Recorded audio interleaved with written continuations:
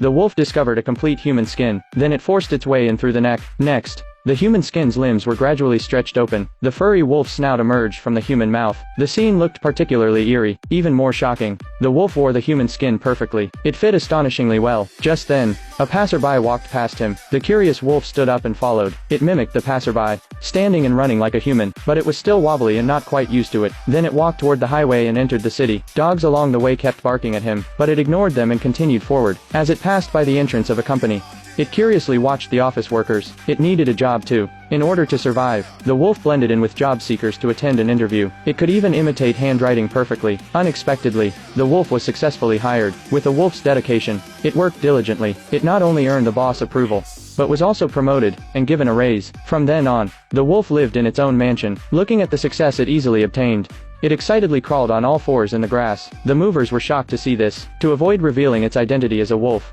it stood up and motioned for them to continue. Though confused, the workers didn't question it further. The wolf looked toward the distant forest, remembering the days it could roam freely. Whenever it felt exhausted from work, the sight of prey on the wall always reignited its lost wild instincts. Time slowly passed by. The wolf eventually married a beautiful wife, but the lavish cooked food before it didn't stir its appetite, and the puppy in his wife's arms actually awakened its craving for raw meat. So the next day, it went to a pet store and bought a kitten, then hid the kitten in the garage. It excitedly pulled the kitten out, looking at the fresh meat. Just as it was about to feast, an unexpected accident suddenly occurred.